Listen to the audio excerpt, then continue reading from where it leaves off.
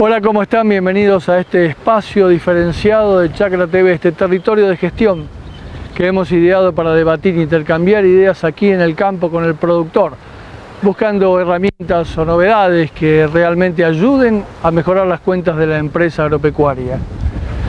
Aquí en el sudoeste de la provincia de Buenos Aires bien puede decirse que hay dos bandos: los que pelean contra las limitaciones que impone el exceso de arena en el perfil y aquellos que batallan contra la tosca. Mariano Moro está entre estos últimos.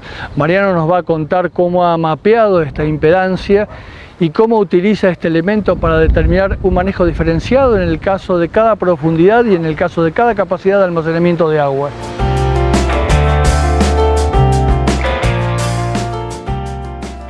Soy Mariano Moro, del sudoeste de la provincia de Buenos Aires, Carué específicamente la localidad. Soy productor agropecuario, asesor de productores y tengo una empresa también de monitoreo de cultivos y ensayos. Dentro de los asesoramientos tengo 12 clientes, todos agrícolas y ganaderos. Y dentro de esos clientes uno de ellos es mi padre. En el sudoeste de la provincia de Buenos Aires tenemos la laguna de las encadenadas, la línea de la laguna de las encadenadas, marcan dos zonas distintas en cuanto a suelo. Climáticamente son similares, cuanto más al sur nos vamos y más al oeste las precipitaciones son menores. No es un gran cambio. Por kilómetro recorrido la disminución de las precipitaciones no es marcada, pero hay una disminución. Y en cuanto a suelo hay una diferencia grande, ya que de las lagunas encadenadas hacia el norte son suelos profundos y arenosos, textura franco-arenoso, arenoso-franco y lomas totalmente arenosas con más del 80% de arena y bajo porcentaje de materia orgánica. Y de las lagunas para el sur son suelos más francos, franco-arcillosos, franco-limosos, muy buena capacidad de retención de humedad, pero son suelos someros, que el promedio de la profundidad de la tosca, nosotros hacemos mapa de tosca también con la empresa, y el promedio son 55 centímetros a la tosca. Hay lugares con 20 centímetros a la tosca que varios productores directamente no siembran, ambientan esos lugares y no la siembran. Y hay lugares de más de 1,20 m que con la capacidad de almacenamiento de los suelos de textura franca son lugares muy buenos. La tosca no solo impacta en la capacidad de almacenaje de humedad. Si nosotros estamos hablando de un suelo franco que tiene, por centímetro de suelo, tiene 1,5 milímetros de capacidad de retener agua, en 55 centímetros estamos hablando de 75 milímetros de agua solamente, 75, 80 milímetros de capacidad de almacenar agua. No solo impacta en eso, en la capacidad de almacenar agua, sino que también en cuanto a nutrientes. Hemos hecho análisis en sectores con tosca y sectores sectores con tosca más cerca de la superficie, a 40 centímetros era uno de los lugares, versus tosca a más de 80 centímetros, y nutricionalmente la diferencia es muy grande. No son exactos los números, pero en los lugares donde los suelos tenían menos de 40 centímetros a la tosca, la materia orgánica andaba en los 2,5 y el fósforo rondaba las 11 partes por millón, y en los lugares donde teníamos más de 80 centímetros de profundidad la tosca, teníamos materia orgánica de 4,5, 5 y más de 20 partes por millón de fósforo. Eso estimamos que es porque al haber más suelo, más capacidad de explorar las raíces, nos trae muchos nutrientes de abajo y lo deposita arriba, entonces por eso el análisis se hizo 0,20. Entonces no solo es la capacidad de almacenar humedad, sino que también es la cantidad de nutrientes que tienen esos sectores.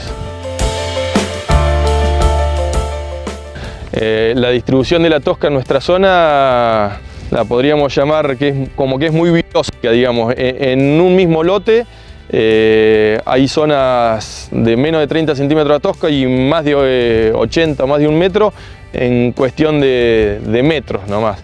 De hecho, algunas veces hemos llegado a medir en 50 centímetros que pasamos de 80 centímetros a 40. En promedio el 15% más o menos de la superficie tiene menos de 30 centímetros de profundidad la tosca. De hecho, en este campo de 100 hectáreas tenemos 15 hectáreas que no lo sembramos porque tiene menos de 30 centímetros, y también hay sectores que serán 15-20% que tienen más de 1,20 m. En el medio la distribución es totalmente heterogénea. El manejo que se puede llegar a hacer según la profundidad de la tosca cambia según el cultivo. El girasol es un cultivo bastante indicador de la profundidad de la tosca. Vamos a ver donde hay loma quedan plantitas de 1 metro, y en los lugares profundos hay plantas de más de 2 metros de altura, acá en la zona de los suelos someros.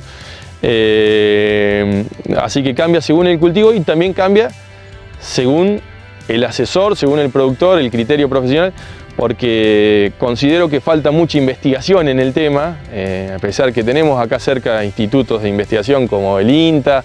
La universidad por ahí ya está un poquito más lejos, lo más cerca que tenemos es Bahía Blanca, 200 kilómetros, con el tipo de suelo nuestro, ¿no? Santa Rosa ya es otro tipo de suelo. Está el ministerio también acá como organismo de investigación, pero falta investigación como para los que queremos empezar a trabajar, o que ya estamos trabajando con la agricultura de precisión en la zona de la arena y queremos trabajar en esta zona. Falta investigación como para hacer las cosas más profesional.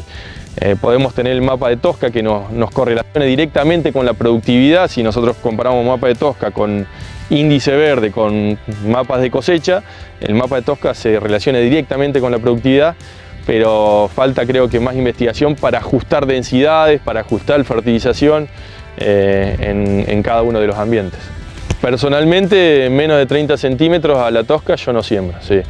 Y si el lote tiene más de 80 centímetros de profundidad, no tengo problema de hacer ningún cultivo de verano. Acá la zona es más de cultivos de invierno que no lo afecta tanto las temperaturas, y podemos almacenar agua, a pesar de que en invierno no llueve. Si hacemos las cosas bien, podemos almacenar agua durante el otoño, inicios de primavera. Entonces los cultivos de invierno son los que están mucho más afianzados acá en la zona. Entre cebada y trigo, que son los dos que pisan fuerte, tenemos más del 60% de la superficie, aunque de a poco se va revirtiendo porque técnicamente le vamos encontrando la vuelta a cultivos como soja y maíz, que antes no se hacía. El girasol siempre estuvo presente, pero soja y maíz que antes no se hacía mucho y cada vez se hacen más. Por lo tanto, los cultivos de verano, que en general son un poquito más sensibles, a partir de 80 centímetros a la tosca, de mi punto de vista no hay ninguna limitante. Con buen manejo y buena nutrición no hay ningún tipo de limitante ya para los cultivos de verano. Dentro de la zona, una de las ventajas que tenemos, que por suerte, primero fue porque culturalmente era así, y después porque por suerte los dueños de los campos se han dado cuenta y lo notan, es que tenemos contratos de alquileres a largo plazo.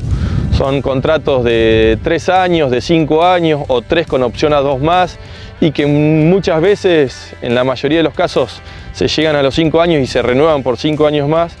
Eso la verdad que nos da mucha sustentabilidad en cuanto a lo económico, en cuanto al manejo, también en las relaciones humanas, en cuanto a lo social, ya que estamos hablando de sustentabilidad. El dueño del campo tiene tranquilidad y el inquilino también. En cuanto a, por ejemplo, al control de malezas, eso es clave. Nosotros rotamos mucho cultivos de invierno con cultivos de verano, tratando de manejando con criterio. Por ejemplo, el cultivo de cebada que tenemos acá al lado, en lo personal manejo umbrales para el control de malezas. Por ejemplo, avena fatua. Si tenemos menos de 10 plantas de avena fatua por metro cuadrado, depende según el momento, si la avena fatua se inició antes que el cultivo, se inició después, hay varios criterios, si viene el año seco o menos seco, según el nivel de nutrición, pero para tomar un número con 10 plantas de avena fatua, si hay menos de 10 plantas no la controlamos porque no le hace una competencia importante al cultivo, sobre todo si es trigo, que la avena fato ni siquiera influye en la calidad porque cae antes la semilla que lo que se cosecha el trigo. En cebada influye un poquito más en cuanto a calidad, pero tampoco sería muy preocupante. Entonces, por ejemplo, para no hacer una aplicación de gusto y sin sentido, la dejamos. Al saber que el campo lo vamos a seguir teniendo y que en la rotación nuestra, que tenemos 2 cultivos de invierno, cebada y trigo, y 3 de verano, vamos a ir con un cultivo de verano, si semilla no es demasiado problema, ya que la emergencia de la avena fatua desde marzo hasta septiembre va a caer dentro del periodo de lo que es barbecho de un cultivo de verano, así que la matamos muy fácilmente y no nos perjudica el cultivo de verano después. Entonces la rotación de cultivos y los plazos, los alquileres a largo plazo, es algo muy importante para la sustentabilidad nuestra, lo que nos quita el clima en cuanto a la irregularidad que tenemos, periodos muy secos, periodos muy húmedos y años en lo individual muy secos y muy húmedos y meses secos y húmedos. Acá el clima realmente hace lo que quiere, como en todo el país, pero bueno, acá por ahí la tendencia es un poquito más marcada. Este otro tipo de alquileres y de manejo nos brindan sustentabilidad. Yo en lo personal alquilo mucho, pero también los productores, como el caso de mi padre, o cualquier cliente que también tienen ganadería, también la sustentabilidad se le da a la ganadería, además de rotar cultivos de invierno y verano. Y volviendo a lo personal mío, también busco de unir asociaciones, generar asociaciones o sociedades con contratistas. Entonces por ahí ellos ponen las labores, yo pongo los insumos y el manejo y la administración, y después a la hora de la cosecha cada uno se lleva su parte.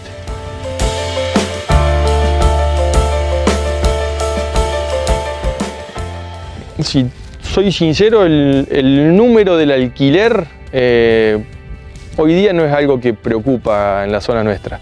Los alquileres, posiblemente por ser de un pueblo chico, hablo del caso particular mío, lo arreglamos con vecinos, somos todos vecinos y conocidos, y realmente tiene que ser un número que a ellos les sirva y a nosotros también.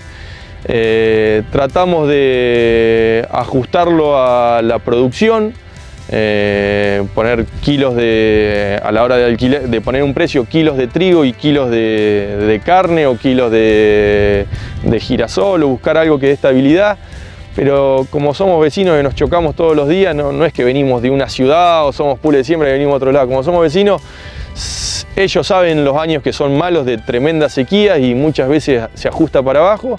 Y también hay años que, justamente con este campo, que hace 3 años que venimos con lluvias aceptables y habíamos arrancado inicialmente en un periodo seco con alquileres bajos y lo ajustamos de 400 kilos de trigo, pasamos a 500 kilos. No es limitante. Dentro de las actividades también mías, además de productor, asesor y de la empresa de monitoreo, también soy el técnico, las siglas son ATR, que es asistente técnico regional, de la regional de APRESID, que la regional nuestra se llama Guaminí Carué. Estoy hace más de 10 años como técnico. Tenemos un grupo muy lindo que prioriza lo humano a lo técnico, a lo empresarial. El nivel técnico es algo que lo tenemos bastante resuelto, más allá de que bueno, siempre estamos indagando en densidades, en híbridos, en cultivo de cobertura, ahora estamos arrancando, pero lo técnico es algo que más o menos lo tenemos relativamente bien resuelto. Hablamos mucho del tema empresarial, tema personal, el tema impositivo, temas legales, temas contables. La última capacitación fue un tema contable. En cuanto a lo humano, armamos una especie de pacto de caballeros, por llamarlo de alguna forma, en el cual si algún productor tiene un siniestro, principalmente granizo lo estamos haciendo, ¿no? Algún siniestro, los otros del grupo lo apoyan,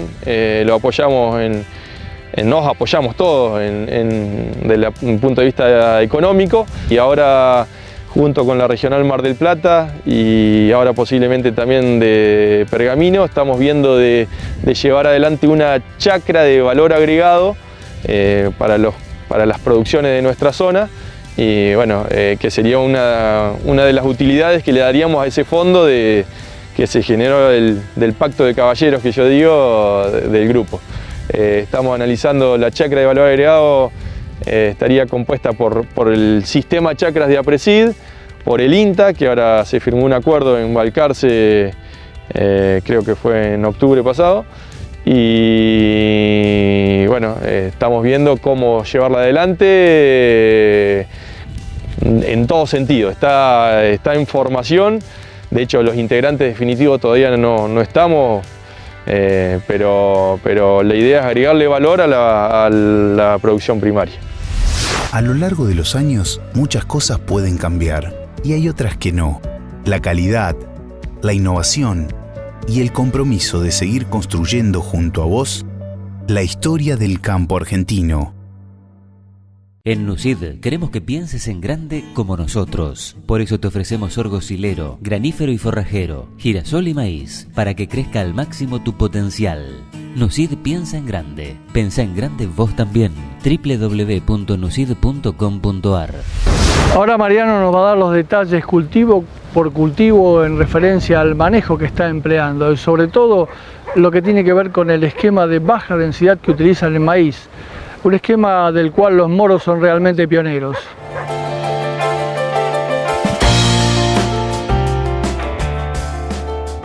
En cuanto a cultivo de soja, un cultivo que era prácticamente hasta hace 8 años atrás para nosotros, 8 o 10 años atrás, era prácticamente desconocido. No teníamos ni ciclo, ni densidad, ni distanciamiento, ni plagas que controlar. Veíamos que acá empezamos a notar que 500.000 plantas por hectárea era muchísima densidad. Ahora estamos rondando las 270 en ambientes muy buenos, a 150 en ambientes peores. El distanciamiento de 70 centímetros, que lo hacíamos como si fuera un girasol o un maíz, lo achicamos hasta que hay productores que siembran en buenos ambientes a 21 centímetros, a chorrillo con la sembradora de fina, hasta productores que siguen sembrando a 70 centímetros baja densidad. En cuanto a adversidades, acá tenemos una que nos ataca todos los años, que es la arañuela, que veíamos que en los primeros años los cultivos nos desaparecían, le atribuíamos a la sequía, a los parches de la tosca, y empezamos a notar que era sequía, pero potenciada por la plaga que es la arañuela, que todos los años la tenemos en mayor o menor cantidad, pero es un problema importante para nuestra zona.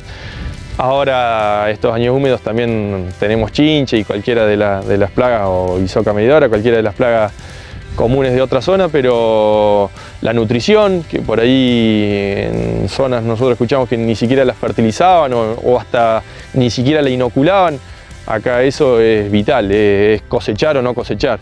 Entonces son varias cosas que le venimos encontrando la vuelta ya desde hace los últimos 4 o 5 años, un cultivo común y corriente y que nos anda bien. Y en cuanto al maíz, hay 2 puntos bastante importantes que pasamos de años que no cosechábamos nada, años que cosechábamos, ahora tener casi que te diría una base de 5 o 6.000 kilos de un piso de rinde, que las dos cosas es la fecha de siembra tardía por un lado, en lugar de sembrar fin de septiembre, principio de octubre, que hasta teníamos problemas de las heladas, de las últimas heladas del año que nos perjudicaban los cultivos, a sembrar después del 10-15 de noviembre hasta el 15 de diciembre. Eso le llamamos fechas tardías. Ahí nos cambió el periodo crítico del cultivo y saltamos de diciembre-enero a febrero, que es una etapa más seca. Hemos tenido algunas heladas suaves en marzo, pero mientras no sean graves las heladas de marzo, el cultivo sigue, se desarrolla y termina bien. Eso por un lado, y por otro lado, las bajas densidades, que en este caso Enrique Moro ha sido uno de los pioneros ya hace, te diría, salió en la tapa de una revista Chacra justamente hace, no sé si son 6 o 7 años, y pasamos de hacer densidades de 60 a 70 mil plantas como traíamos la información de otra zona, a bajar a hacer 30.000 plantas ahora. Hay productores que, bueno, sin importar los ambientes, están en las 30.000 plantas. Particularmente, según el potencial, si veo que un lote con no mucho potencial, hasta el punto de ser casi que suelos ganaderos, pisoteados y sin fertilización, voy a las 25.000. Y si veo que es un lote que podemos llegar a apuntar a los 10.000 kilos de rendimiento, voy a las 50.000. El manejo mío en cuanto a la densidad depende del piso de producción que yo quiera. Es muy fácil, si veo que el potencial es nulo, que tengo riesgo de no cosechar, total hay vacas y se come, y quiero poner un piso de 2.500 kilos de rinde de maíz, los dos primeros números sería la densidad, serían 25.000, 2.500 kilos serían 25.000. Y si punto un piso de 5.000 kilos, porque puedo ver que puede llegar a tener un techo de 10.000 kilos, si veo el piso de 5.000 kilos van 50.000, o un piso de 60.000 kilos van 60.000 plantas. La mayoría andamos ahí alrededor buscando un piso de 4.000 kilos y poniendo 40.000 plantas por hectárea. En los casos hablando de pisos de 3.000 kilos en un maíz, pueden ser, por ejemplo, maíces que antes no lo hacíamos y ahora nos animamos a hacer gracias a la baja densidad y a la siembra tardía, atrás de un verdeo de invierno.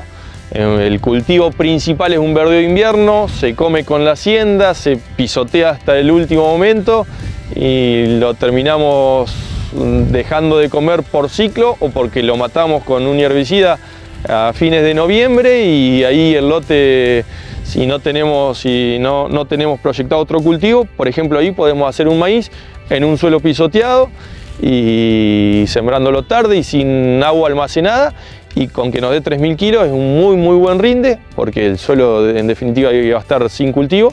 Y si no nos rinde nada, eso es para gente que tiene ganadería, ¿no es cierto? Obviamente por el verdeo y porque también estaría comiendo el maíz.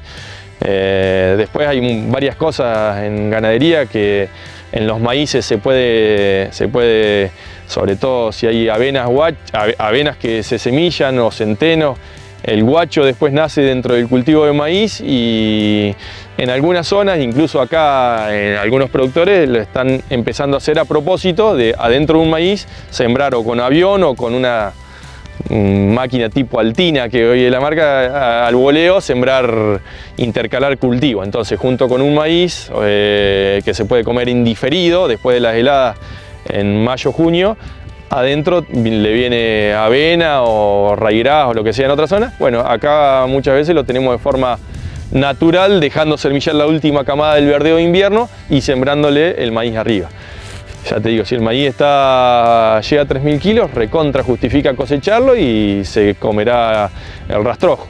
Y si el cultivo no llega a cosecha, se come en diferido junto con el verdeo. Girasoles tenemos de todo en la zona. Hay en cuanto a resistencia a herbicidas. El CL se impuso fuerte en la zona, pero todavía se sigue haciendo y hay muchos que han hasta vuelto a hacer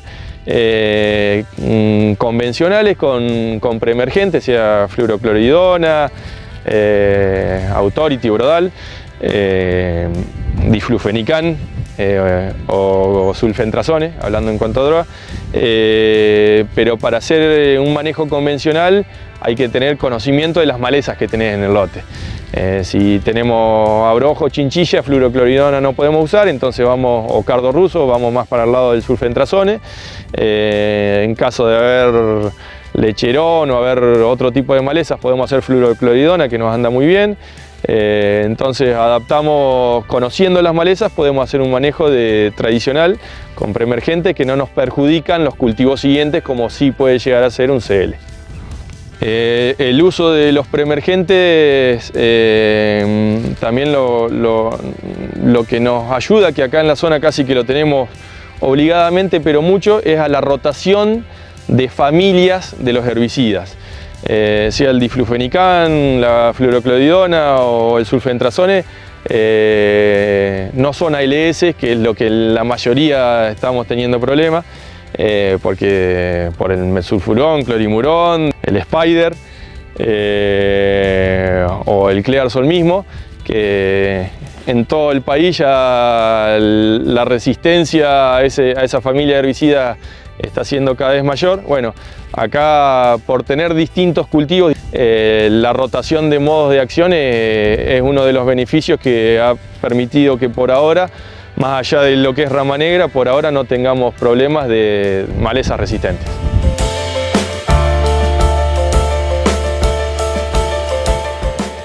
En cuanto a los cultivos de invierno, ahora en estos últimos años que han sido más húmedos, hemos aprendido a trabajar y a convivir con los hongos.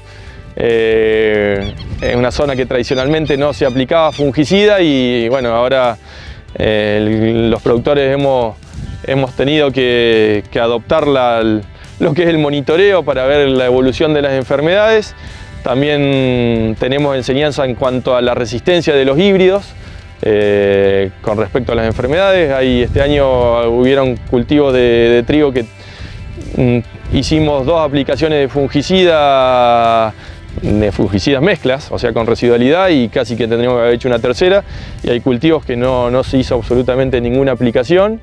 Entonces estamos aprendiendo a convivir con las enfermedades. En cuanto a nutrientes, no es una novedad, pero realmente año a año vemos una respuesta muy grande a los nutrientes. Ya te digo, no es novedad, pero sí de venir de un año de altos rendimientos en el cual la extracción fue alta. Hay una diferencia muy grande entre los que han fertilizado poco y la gente que realmente le ha gastado mucha plata en fertilizante y por suerte tiene respuesta en rinde y en calidad. Dentro de la investigación por ahí que necesitamos, que hoy te comentaba, de los organismos públicos, también los productores tenemos que hacer nuestros propios ensayos. Algunos lo piden las empresas y otros surgen de la necesidad nuestra.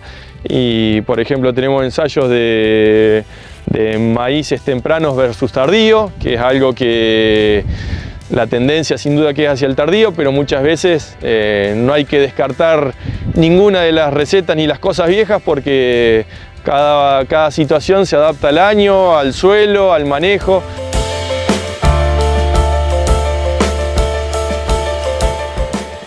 Las malezas las malezas resistentes son una realidad en el país.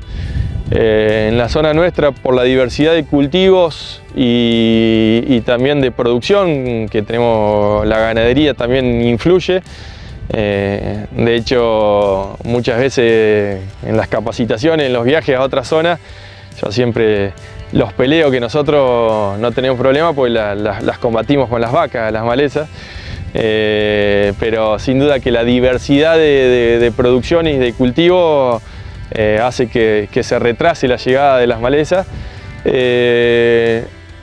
Yo realmente lo veo como es un problema, pero no imposible de solucionar, y demandará de la ingeniería nuestra y de la capacidad de entender. Tenemos que ponernos más en la biología de la maleza y salir del manejo tradicional de herbicidas, y por ahí pensar también el impacto que tiene otras producciones como la ganadería, que yo lo digo en chiste, pero realmente impacta en cuanto a la diversidad de malezas. El control mismo de las malezas mecánico, no solo hay que asociarlo con una rastra o un arado, sino que también, por ejemplo, tenemos experiencia de doble golpe, con el primer golpe con el glifo y el hormonal, y el segundo golpe con una desmalezada bien baja, que realmente son cosas que el manejo mecánico influye en las pasturas de primer año enmalezadas, hacer rollo o no hacer rollo. es algo que también influye muchísimo después en la cantidad de malezas que va a haber en ese lote. Según el tipo de maleza y la palatabilidad que los animales tengan, los lecherones es una especie que para nosotros es muy problemática y los animales la pueden llegar a tener al ras del suelo y evitar la semillazón. Hay otras malezas como abrepuño o flor amarilla que ahí los animales no la cuentes porque se van a morir de hambre antes de comerla. Hay muchas cosas que la ingeniería, que la cabeza nuestra podría hacer en cuanto al control de malezas, así que es algo que creo que va a ser problema, pero no es algo que me preocupe ni me quite el sueño. El cultivo de cobertura sí en la arena, en las lomas arenosas que se vuelan, ahí ya los integrantes de la regional ya tienen experiencia de hace más años, pero principalmente, como se dice, cultivo de servicio, y el servicio era ponerle un poncho a esas lomas para que no se vuelen. Ese fue la principal función de los cultivos de cobertura acá. Como verdeo de invierno acá hacemos el cultivo de vicia de toda la vida, así que la vicia sería fácil para nosotros incorporarla como cultivo de cobertura en cuanto a que nos aporte también nutrientes. Le tenemos un poco de temor al cultivo de cobertura a traer lo que se hace en otra zona acá porque la capacidad de almacenamiento de agua es muy importante y no nos gusta, tenemos miedo que el cultivo de cobertura nos consuma esa humedad que tenemos guardada. Pero bueno, es cuestión de pensar y usar la ingeniería, posiblemente para sembrarlo más temprano y secarlo antes. Posiblemente venga el cultivo de cobertura, aunque también como es una zona con márgenes posiblemente más chicos, también el impacto que tiene la siembra y la semilla en ese cultivo nos afecta a la rentabilidad. Pero vamos a empezar a generar experiencia y puede ser algo que funcione también.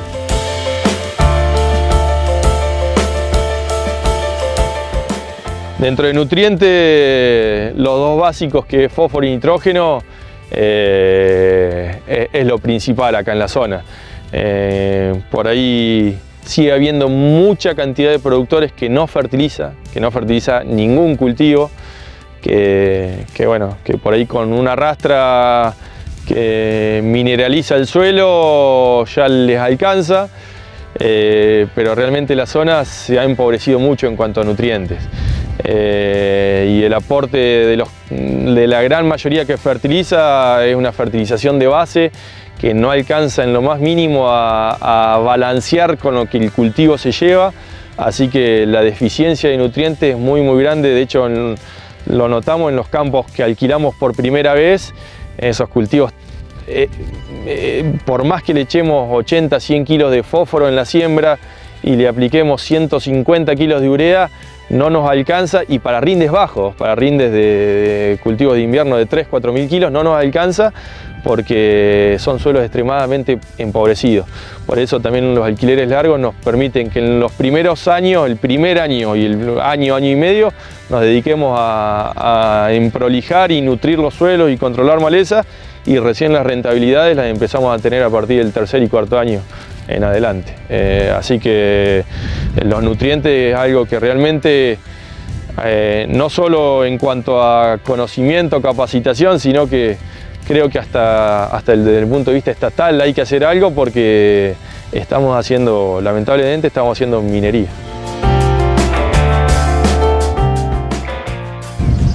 En cuanto al sistema de siembra directa, realmente en la zona no somos fundamentalistas, porque culturalmente la rastra sigue estando en todos los campos,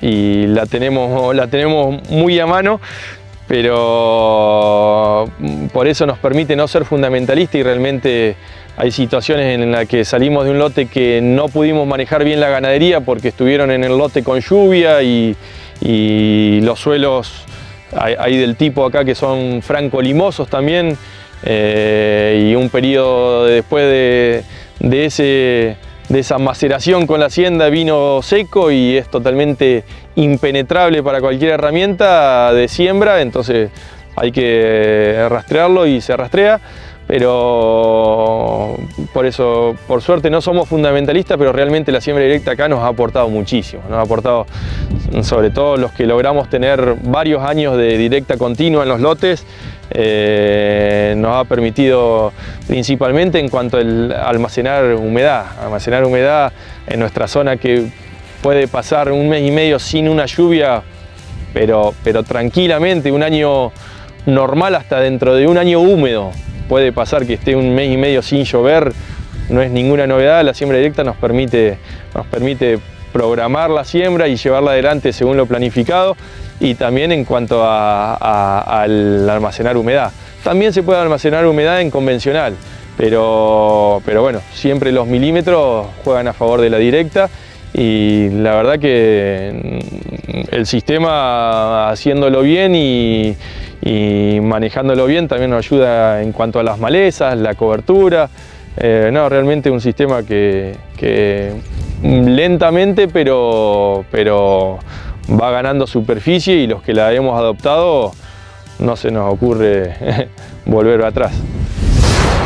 Bueno, ahí pasó Mariano Moro, nos detalló cuál es el esquema que desarrolla en este tipo de perfiles que tienen una impedancia como la Tosca a distintas profundidades. También hizo referencia a esta chacra de valor agregado que están gestando junto a otros regionales de APRESID y el INTA. Esperamos que esta información haya sido de vuestra utilidad. Nosotros seguimos viaje, nos vemos en la próxima edición de este espacio diferenciado de Chacra TV.